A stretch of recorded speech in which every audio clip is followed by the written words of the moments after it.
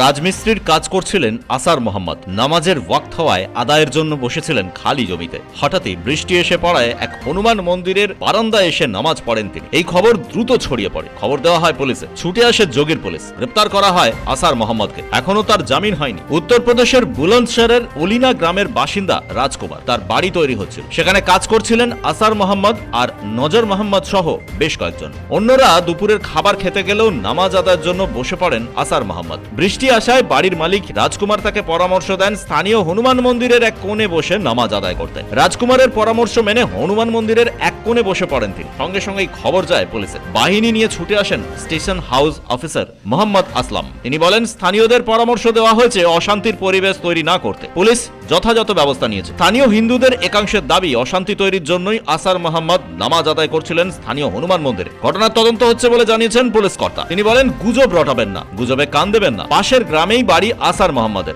দুই গ্রামেই নিরাপত্তা ব্যবস্থা জোরদার করা হয়েছে। পর্যাপ্ত পুলিশের ব্যবস্থা রাখা হয়েছে গ্রামে। ব্যুরো রিপোর্ট, কুপের কলম ডিজিটাল।